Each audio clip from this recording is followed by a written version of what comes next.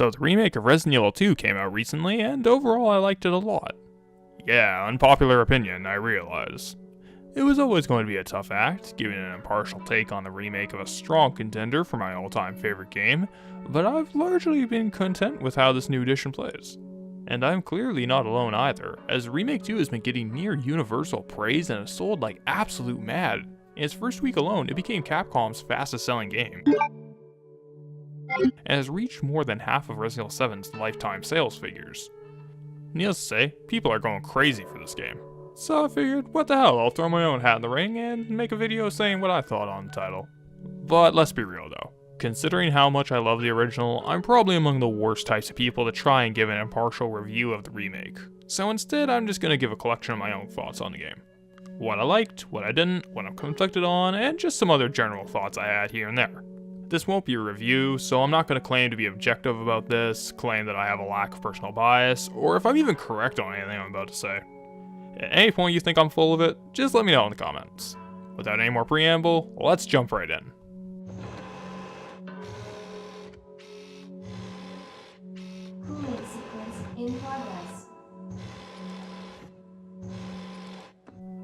Just from a visual standpoint, Remake 2 is a tour de force for the most part. It looks crisp, the animation work is silky smooth, and both they and the game's environments are insanely well detailed.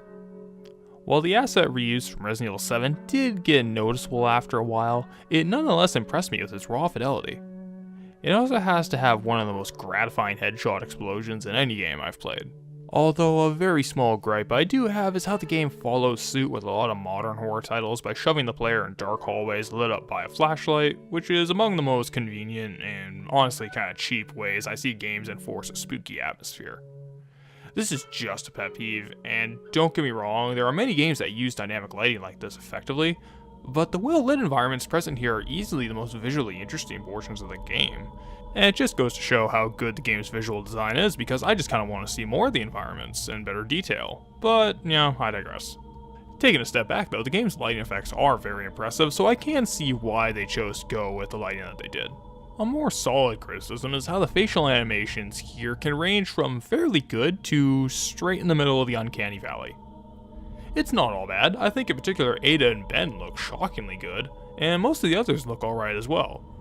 But some of Claire's expressions are too, how do I put this? Over animated?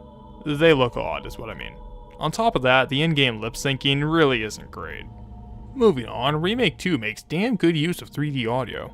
Hearing monsters down halls and through walls, the sound of Mr. X's clomping footsteps all through the RPD, paired with the slow creaking of doors being opened, it's all good stuff.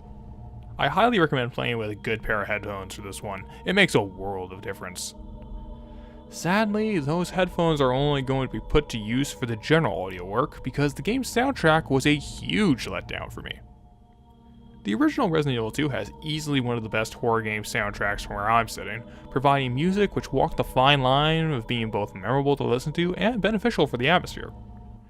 It's a very hard balance to achieve, but it's a letdown that Remake 2 doesn't even really attempt, considering that the vast majority of the game will be spent playing in total silence with the occasional weak background track playing on 30-second loop once. A Resident Evil game shouldn't have a save room theme as bland and forgettable as this. Even some of the worst games in the series could get this right. Hell, even Resident Evil 7, which tried to go for a more subdued soundtrack just like Remake 2, got its save room music right. Playing Remake 2 with the classic soundtrack enabled was night and day, and for those arguing in favor of the new direction, saying it strengthens the atmosphere and immersion or whatever, I just have to ask this. Is this... Anybody here?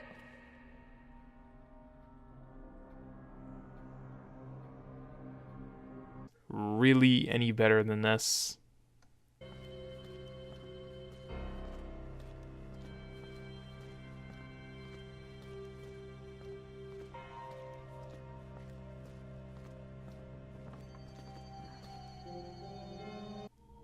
It's criminal that the classic soundtrack is hidden behind a paywall. It makes the game so much better in my opinion. The voice acting too is pretty nice. Everyone involved did a bang up job with the material, and I do like how some of the actors sound a little bit like the original counterparts, Leon especially. Would it have been nice to have the original cast come back to reprise their roles? Yeah, I would have marked out a little bit. And I know Allison Court would have returned if asked, but as is, I enjoyed the new blood a fair bit. So here's how we're going to handle this. Rather than just run down an unorganized list of gameplay features and go over my thoughts on them, we'll boil it down to what I liked about Remake 2, what I was torn on, and what I didn't. We'll start off by talking about a big plus for the game, which was how, unlike a lot of horror games released today, and honestly a lot of AAA games in general, Remake 2 is first and foremost a gameplay-driven video game. It's a little disheartening that something like that is considered novel these days, but it's true.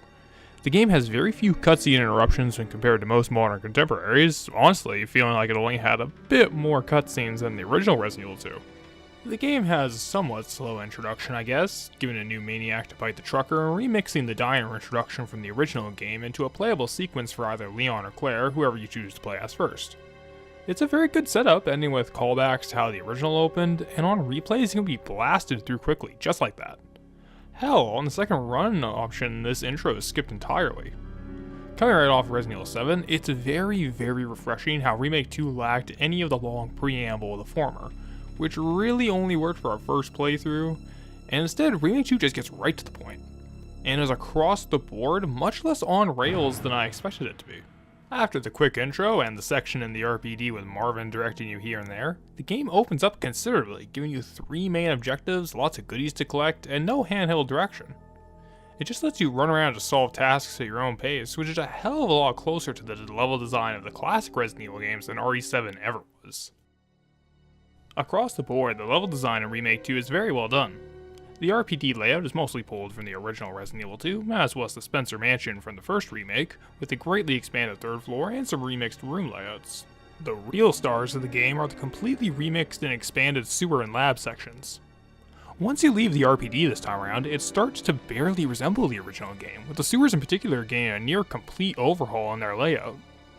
I actually think this is one of the most clever things Capcom could have done for this remake, because as much as I love Resident Evil 2, the game took a bit of a hit in quality once you left the RPD for good. The sewers in that game are pretty mundane, and the labs were just okay. Here, they're actually pretty damn good on their own, with loops, the right amount of backtracking, and interconnectivity without becoming redundant, and some new surprises in tow. This section right here, which turns the G-Creature boss fight from the original into a regular enemy, is probably the single freakiest moment of the game. And hell, the sewers actually connect back to the RPD in a way that's actually very well done. Remake 2 easily has one of the best control schemes for any horror game that I've played, because it manages to maintain this perfect tightrope walk of giving players smooth and easy to use controls, while also limiting the player character's abilities in a way that still gives a greater balance of power to the horrors in-game. It controls most like Resident Evil 5 of all games, with the ability to use the right stick to aim your point of view and the left stick to strafe all around, unlike the tank controls of Resident Evil 4 and the semi-analog or 2D controls from Resident Evil 6. However, like Resident Evil 6, the player has the ability to walk and shoot, though stopping in place like the vast majority of Resident Evil games is still incentivized in a somewhat clever way here. While you can walk and shoot, your accuracy while doing so is going to be pretty trash. You can mend this by aiming while standing in place so the aiming reticule can focus, giving a massive bump to your shooting accuracy. While I have some qualms about the critical hit system that this aiming style led into, across the board the control scheme of Remake 2 is a great compromise between the disadvantaged control setup of older survival horror games and streamlined modern layouts. Ammo crafting has been brought over from Resident Evil 3, and it's a welcome inclusion that I'm also surprised Resident Evil hasn't used more often outside of the third numbered entry and 7. It ranges from regular and white gunpowder, which can be mixed together into 3 different ammo types for the different characters. And the additional resource to manage gives more options to the player, which is a very nice thing for a game all about managing your options. Although it does lack some of the more interesting things about Resident Evil 3's version of this, such as how the ammo you would make becoming stronger based on how often you made it. Still, it's a good feature. The remake takes the weapon upgrade parts from Leon's scenario in the original Resident Evil 2 and greatly expands on it, giving each of Leon and Claire's primary weapons upgrades, with multiple parts for each. Claire's submachine gun gets a silencer and extended magazine, letting her kill John Travolta in style. Her starting revolver gets a speed loader and part upgrades which turn it into a magnum, something her original scenario sorely lacked. Her grenade launcher and second handgun get more basic upgrades, a stock and extended magazine respectively. Leon, for his part, gets a muzzle brake and stock for his pistol, a stock and extended magazine tube for his shotgun, and an extended slide and scope for his magnum. Hell, even the special weapons that Claire and Leon get, the spark shot and flamethrower respectively, get a little bump in the endgame labs. Upgraded weapons are generally better than their vanilla counterparts, but usually will take up 2 inventory slots instead of 1. However, in a move straight from Revelations 2, you can remove certain upgrades which cause the gun to take up more space in your inventory. While I personally never used this feature, it's a welcome bit of customization. The upgrading was very well done across the board, as unlike even the original RE2, the starting weapons for Leon and Claire were still useful by the game's conclusion. The upgrades being set pickups is also something I enjoy, since it lets the developers have a decent idea of what weapons will be available to the player at a given moment, and they can balance the game accordingly. From beginning to end, there's a real sense of progression that Remake 2 absolutely nails. Another mechanic that returns from an older Resident Evil game are the recovery items from the first remake. In that game, recovery items are small trinkets that you could find lying around the map, knives for both characters, grenades for Chris, and a stun gun for Jill, which would allow you to escape a grab from enemies. They were stored outside of your inventory in their own side space and could stack on top of each other. Now, as much as I love the remake, and believe me, I adore the thing, this was always one feature that never quite sat right with me. Recovery items could just be stacked with no tax to your primary inventory and would act as automatic get a jail free cards that the player character would automatically use to escape grab damage. Maybe it's just me, but I don't think you should be able to be grabbed by a zombie and think, nah, no big deal, in a Resident Evil game.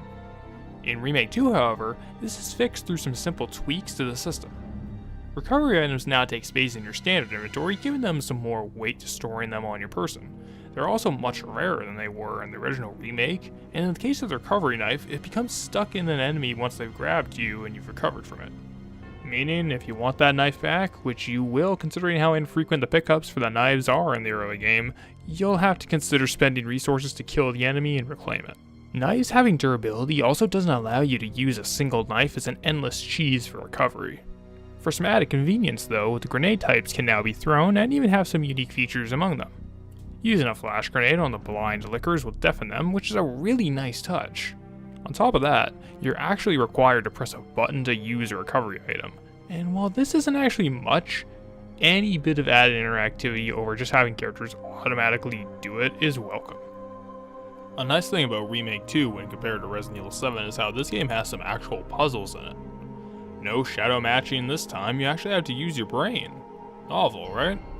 They're not astounding teasers or anything, but they're clever enough, and things like this game's reinterpretation of the chest plugs from the original are actually pretty damn nifty. And on the topic of smaller things I appreciate, this game has a bunch of really nice quality of life features. The ability to run and reload, the inventory upgrades strewn around the levels, the return of the paused inventory screen from older Resident Evil games paired with the on-the-fly weapon and sub-weapon switching of the modern ones. These are all great additions. Up to this point, I've been pretty universally positive about the game, so let's go from what I completely dug about this to things that I'm a little more conflicted on. Really, it's only 2 big things that I'm split down the middle about: the zombies and this big fella right here. We'll get to him later though. Overall, the combat and shooting in Remake 2 felt tight and satisfying. The shooting works well enough, the weapons are punchy for the most part, but I swear the damage against the zombies is randomized to some degree. I could be completely wrong about this though, and once again, this isn't a proper researched review, but even when I'm centering my reticle on a zombie's head, it feels as if the number of headshots it takes to actually kill them in the early game is randomized with each zombie. Sometimes it takes 1 critical shot, sometimes I can do it in 3, sometimes I'm unloading 8 or more to the back of one's head on the ground and it still won't pop. Leon's shotgun is more consistent to get the head pop, but on the first run you'd think that saving shells for bigger enemies would be a good move, right? I get it, the survival horror power dynamic is to give enemies the edge over the player, but the game gives you a relative abundance of ammo only to make the most common enemies sponges. It seems odd to me. I think giving less health to zombies, but in turn less ammo overall, would have been the ideal option, but it's manageable for what it is here. Hell, the game at least gives you a Dead Space style dismemberment option, letting you shoot off a zombie's limbs and turn it into an undead Black Knight. A needless feature really, but it's an entertaining one nonetheless. Mr. X seems like he's easily the standout element which nearly everyone is in love with. Stalking both Leon and Claire around both scenarios in the RPD, like the Xenomorph from Alien Isolation, Mr. X is being praised for being a terrifying boogeyman by most people. In my opinion though, the implementation of X this time around is a little questionable. I'll come clean right now and say that, of all the things I've spoken about so far, this is the thing I'm most clearly biased about. Mr. X, Tyrant, 00, whatever you want to call it, it was one of my favorite elements of Resident Evil 2 Classic. He was a boss character that acted as one of the original boogeyman-style bad guys in survival horror games, predated by Scissorman and succeeded by Nemesis, Pyramid Head at some points, and most antagonists of modern horror games. What made X unique, however, was how he was implemented. He was a feature exclusive to the B scenario and was a boss you'd encounter about 7 or 8 times total. What made him special was twofold. You could run away from nearly all encounters with him, and each time he appeared it wasn't in a traditional boss arena. You know the whole boss fountain joke, where developers put a big room with a buttload of resources and a save point before a clear boss fight is about to come up? Resident Evil is a series that's done that a fair bit, but Mr. X never had clear telegraphing like that. You'd find him in set locations, sure, but on a first run it felt like he could honestly show up anywhere due to how inconvenient some of his spawns are. On a second run though, these spawns created a metagame with Mr. X. To memorize where he'd show up and make sure you had all the resources needed at the time to kick his ass. He'd always drop resources upon defeat, so more often than not fighting X was a valid choice and an encouraged one. You just had to weigh the pros and cons of taking him on. It was a neat system, and while not amazing or complex or anything, it made Mr. X into a personal favorite boss of mine. In contrast, the new Mr. X acts more like Jack Baker from Resident Evil 7 than he does the original, specifically the phase where Jack is patrolling around the house. X is much more in your face with his presence, however. Honestly, my hangups to the new X boil down to 3 main elements. When X is first triggered on the map, he will always be on you. As you go about the RPD, X will constantly be tailing the player all around, and due to his ability to pick up on gunshots, he will beeline his ass towards you if you try fighting enemies with him on the loose. Zombies being damage sponges is one thing, but trying to manage fighting these sponges and having X then show up is when frustration can arise. There's no reward for fighting Mr. X this time around. Again, like Jack Baker, actually going mano a mano with X and winning, if you can call it that, nets you about 2 things. Jack and shit, and Jack left town. The player's given no resources for actually beating him, so say goodbye to whatever you've wasted learning that. This could have been fine if it at least bought you a small amount of time, but what's more irritating is that beating X just results in him taking a knee for all of 30 seconds before getting up and chasing after you again. If any reward for actually besting him is negligible, why even bother fighting him? And the last issue I have, which will be the least objective, is that I don't think he's scary, just annoying. If you'll excuse the cliche, a common way of making a horror antagonist intimidating is by limiting the time they have on screen, so that the audience never becomes truly accustomed to their presence. It's what you hear film essay guys talk about when they bring up Jaws, Halloween, or Alien, but the point has merit to it. Make a horror villain jarring to the audience by having them appear infrequently enough that the viewers don't get used to seeing them on screen, and have them make an appearance just as the audience least expects it. Gotcha, bitch! The original Mr. X didn't nail this less is more approach exactly, but I think it was handled well enough. The new X, on the other hand, is a near constant presence for the RPD portion of the game. He hounds you so often that you just get used to him and quickly learn the AI's limitations and how to exploit it.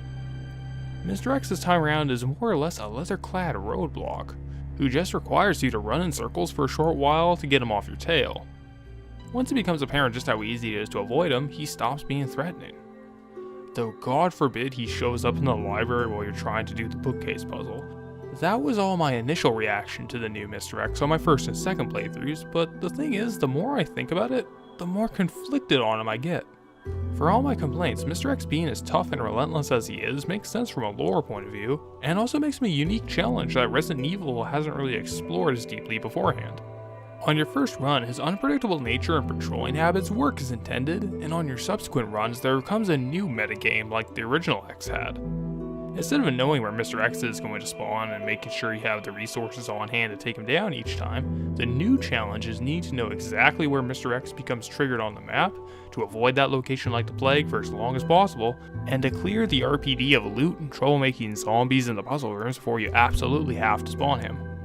And yeah, he spawns in the same place for both first and second runs, so once you know, you know. On top of that, from a presentation standpoint, the new X is gold. He looks like what a modern design for Mr. X should be. The slight redesign with the Ninja Turtles fedora adds a nice touch of charm and cheese, and all of his animation work is extremely well done. From how he walks, how he's always locking eyes on the player, to his famous Kool-Aid Man bit, he looks great. Man, even when I'm trying to criticize Remake 2, I end up praising it. Let's just move on to the parts of the game that I really didn't like. The general lack of non-humanoid enemies was a pretty big letdown for me, especially considering that they omitted enemies from the original Resident Evil 2. The giant spiders are completely absent, and the Ivies have been redesigned. Instead of being mean green mothers from outer space who are bad, they're just kinda plant zombies. The argument I've heard for these being gone was to keep Remake 2's tone more grounded, but why would you keep the Lickers, Giant Crocodile, and G-Creature at that point? Granted, G-Creature getting upgraded from a lame boss fight to a regular enemy was a very nice call, but the other shortcomings were disappointing. Remake 1 had all the goofier enemies from the base Resident Evil 1, and that game tried going for a more subdued tone and atmosphere, so in my eyes there really wasn't a good reason for Remake 2 to ditch the sillier science fiction enemies. Easily my biggest problem with Remake 2 is the simply half-assed version of the A-B scenarios from Resident Evil 2 Classic. For those unaware, Resident Evil 2 was unique for its so-called zapping system, a mechanic that led to essentially 4 different versions of the exact same game. It was split between 2 discs, disc 1 for Leon and disc 2 for Claire, and which disc the player selected first would determine which of the 2 characters would play through the A storyline, and using the cleared save from that would allow subsequent discs to be used for the B story. Both of Claire and Leon's A and B scenarios followed the same basic path, but the items, weapons, boss fights, and story content will be remixed and brand new within them, creating both one of the best incentives for replaying a game that I've ever seen and one of the cleverest methods for asset reuse to boot. Capcom actually did say prior to launch that this feature wouldn't be included in Remake 2, so you can imagine my surprise when I beat Claire's campaign only to see New Game's second run in the menu, letting me play as Leon in what I thought was going to be his B scenario. And, to be fair, it started off strong with a brand new starting point, new accessible rooms, and remixed puzzles from the get-go. This led me to get my hopes up, and man did they come crashing down once I repeated the first Birkin boss fight again. While both of the selectable Claire and Leon storylines have overt differences, of course, the actual differences between Leon A or B or Claire A or B is honestly negligible. Once you hit the sewers, the remixed map layout essentially just disappears with only a few odds and ends placed in different locations as the campaign goes on. But the real letdown were the repeated boss encounters. In both versions of the Claire and Leon's campaigns, only the final bosses are actually unique for either characters, with each other boss fight just being a repeated fight with one of the Birkin forms. The first time I fought Birkin with a giant crane, I thought it was pretty unique. The fourth, it got old at that point. Now, in all fairness, this version of what essentially boils down to New Game Plus is still more robust than most games on the market today, but when directly compared to how the original Resident Evil 2 handled it, this is a straight downgrade in all aspects. Mr. X isn't even unique to the B scenario anymore, further blending the two together. I think an easy solution here would be to have the boss fights split between the A-B scenarios. Have one campaign fight Birkin 1 and 3, and have the other fight Birkin 2, and maybe an actual boss fight with Mr. X in his trenchcoat form. Hell, there was even a perfect place for it in the Claire campaign. I was honestly surprised that it didn't happen. Then again, that wouldn't fix much when the bosses themselves really aren't anything to write home about. They're the standard shoot the glowing weak spot type, and fighting most of them 4 times did start to rub me the wrong way. However, the bosses in the original Resident Evil 2 were worse than this, most of the time just having the player stand around and shoot their strongest guns, and I think the final bosses for both campaigns were actually pretty nice. Claire getting to fight Birkin 4 with a big Serious Sam style minigun was a nice way to incorporate that weapon in the main game, and Leon's fight with Super Tyrant has a decent bit of spectacle behind it. It's straight up revengeance at the very end there. You know what? Fuck this war. I just want you dead. I'm gonna rock you! Honestly, I don't have too much to say on the story of Remake 2. It really is just a more serious, grounded remake of the story of the original Resident Evil 2, which is perfectly fine. After all, it's not like the game was marketed on some radical reimagining of the plotline or anything. Between the two of them, frankly, I think the original game presents its plot better. The story itself isn't anything special. There's a reason Resident Evil has the schlocky reputation it does, let's be real. But what it had was style. The original game was melodramatic for sure, but it was confident in how it was presented to the audience. The CG cutscenes had a more dynamic shot framing, with a moving camera and some more interesting perspectives. The in-game cutscenes are about on par with what we see in Remake, with a lot of static shots of two characters talking to each other, but let's compare two specific scenes from the original and the remake. The original Birkin shooting was shown to the audience about halfway through the A scenario, and was depicted through some dynamic angles, with varied perspectives slowly tracking the lab as Birkin got cornered. The background drone builds and builds, ending with the climax of Birkin being shot by the Umbrella Mercs, and concluding with the reveal that Birkin was the beaten pipe monster seen up to that point. The remake takes a more subdued approach to this, showing the shooting through found footage recorded by the mercenaries, and lacks any non-diegetic audio building to the attempted kill. It's more realistic, of course, and the more sudden shooting works as a surprise, but I prefer the extra cinematic pizzazz of the original. Yeah, it's all down to personal preference, and outside of the style difference, it's practically the same thing. Though that does lead into a petty gripe for me. Unlike Remake 1, Remake 2 doesn't add anything new, like the Lisa Trevor subplot from that game. There's the new orphanage level, I guess, but even that barely counts, it's essentially just a few rooms. And the detail of Mr. X dying in Claire's campaign feels like a lie, considering that the A-B scenarios don't mean anything this time around. I did Claire's campaign first, and while that moment got me hard the first time, seeing X just show up again in Leon's second run during the lab section was a tad disappointing. That's probably my biggest issue with the plot in general. Claire and Leon's stories don't actually mesh together like they did in the original. The only real attempt to cross them over is the fence scene at the very beginning, but beyond that, no attempt is even made. Back to back, they don't even make sense. How can X die so early in Claire's campaign only to show up again in Leon's? Isn't one of the other models shown in the old CG cutscene? And if so, why wasn't that established? Who fought all of the Birkin forms and when? Did Annette die after curing Sherry or on the bridge shooting Ada? Like how AB felt in general, the story crossover for the campaigns is half-assed. One thing in the story's favor is that the interactions between the characters is better than the original.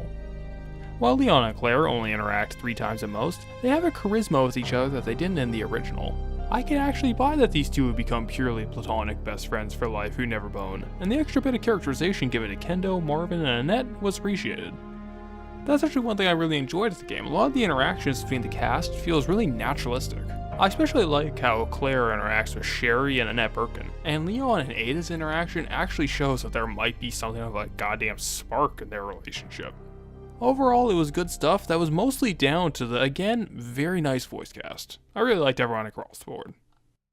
Unlike Resident Evil 7, which becomes something of a whipping boy in this video, Remake 2 actually has some interesting post-game content for the vanilla release. All of the difficulty modes are available to the player out of the box, with hardcore acting as Capcom's attempt to appease fans of the classic Resident Evil games, with a lack of automatic checkpoints and ink ribbon-based saves. It's a nice feature, but hardcore is more of a pain in the ass than standard, simply due to how zombies have seemingly become even spongier, if that's a word. They take more hits to kill than they did beforehand, and each bite takes your health down to danger. Basically, you have to use ammo only to stun zombies long enough to get in, get out, and get away from rooms you need to enter. It's not an extremely challenging mode or anything, but the increased damage given and taken by enemies was a little irritating for me personally. A nice addition, in my opinion, would have been a standard hard mode, which played just like standard but had the ink ribbon system in place. It would have been a nice middle ground between the two, but this is just nitpicking at this point. Just like the original Resident Evil 2, the remake's big post-game content is the remade 4th Survivor campaign. Now, I'm going to have a big hot take here and say that not only is this version of 4th Survivor one of the best side modes in any Resident Evil game, narrowly beaten out for me only by the Resident Evil 6 Mercenaries mode, but is easily the aspect of Resident Evil 2 that benefited from the new style the most. It's better than the old 4th Survivor mode in nearly every way, and frankly, I don't think I can go back to it. For those not in the know, 4th Survivor follows the story of Hunk, the lone survivor of the Umbrella mercenary team that went to go take in Birkin before he hulked out. Making contact with the team's helicopter pilot, Hunk has to make a mad dash to the extraction point through the infested sewers and further ruined RPD. The objective and rules are simple. Hunk's given 4 powerful guns with ammo and recovery items to spare, and his goal is to run from the start to the extraction point in the shortest time possible. Easier said than done, considering that Remake 2 throws caution to the wind at this point and throws every possible enemy in the game at you over the course of the run. I don't think it's hyperbolic to say that there are potentially over 100 things ready to kill you between point A and point B, including one pissed off tyrant. This much is consistent with the original version of the mode. Fourth Survivor was always balls to the wall action compared to the base game, but because of that, I wasn't ever really crazy about the old one. The old Resident Evil tank controls work great in the context of the survival horror game for sure, but for fast action and reflex movement based challenges, it wasn't as enjoyable. Remake 2's modern and streamlined control layout makes it easier to pull off precise movement, so how this game plays is actually much more naturally suited for the mode. The easier juking and jiving leads to some fun moments of just barely surviving a chance encounter with some instant kill enemies. The music too is also the only time any composition in this game really stood out to me. It's prominent without becoming grating, and reinforces the need to haul your ass really well. When winter stops being a pain in the ass, the snow melts and I can actually start running again, this song will be the perfect addition to that playlist. Although, I'll be the first to admit, if you don't care about fast times, personal bests, and speed tech, then Fourth Survivor really won't have anything for you. But man, for a mode that lasts on average about 10 minutes to run, it's the kind of thing that I could sink hours into. You know, and then there's the Tofu Survivor. It's the same thing, but without any guns, and you're playing as an insanely durable piece of tofu. Alright, it's confession time. For as much as I love Resident Evil 2, I honestly never cared for Tofu Survivor. The novelty is fun, but it was just never my thing, and it always felt like a less interesting version of the superior Fourth Survivor. Granted, the updates to it here, like how the player is given something like 24 knives instead of the one due to the new recovery item and durability systems, and how Tofu takes battle damage as it falls apart, are all nice, but frankly I don't see myself caring enough to beat this one. You get some fun bonus Tofus for completing it, but frankly I couldn't be bothered. I'll finally end this video by describing something from my first playthrough. I was in a save room in the RPD, my character was in caution, I had no recovery items on hand, and I didn't think it was worth wasting a red and green herb just yet. So as I took a break to pause there, I looked over my map and tried planning a route to get through the repopulated areas without dying. I didn't board any windows on my first run, sue me. I tried to weigh the pros and cons of which path would get me to my destination fastest, which would have the least enemies, which one would let me easily snake around Mr. X if he were to rear his head. That moment of tense route planning was when it all hit me. This was something I hadn't done in a Resident Evil game since Resident Evil 0. This stressful premeditation made to each of my moves in a first playthrough, leading to an eventual mastery over the systems and subsequent runs, was the kind of thing that made me fall in love with these games to begin with, back when I first started with the first Resident Evil remake for the GameCube. For all the faults that you can point to here, Remake 2 has scratched an itch that I've had for years now, and for that alone I have nothing but enthusiasm for the game. It's the Resident Evil game that I've wanted for years now, and it's a move that seems to have paid off for Capcom. It's not just that the game sold 3 million copies in its first week, it sold 1 million copies a day for 3 days. That is insane, and considering that this is a single player only survival horror game, it's something that would have been called impossible even just a few years back. Remake 2 is a smash hit, and between the positive reception of 7 and the near universal praise for this, Resident Evil as a series is the strongest it's been for a very long time. I don't know where the series will go after this. Resident Evil 8 is a bigger question mark than ever at this point, but the future is looking bright for a series that first let players enter the survival horror.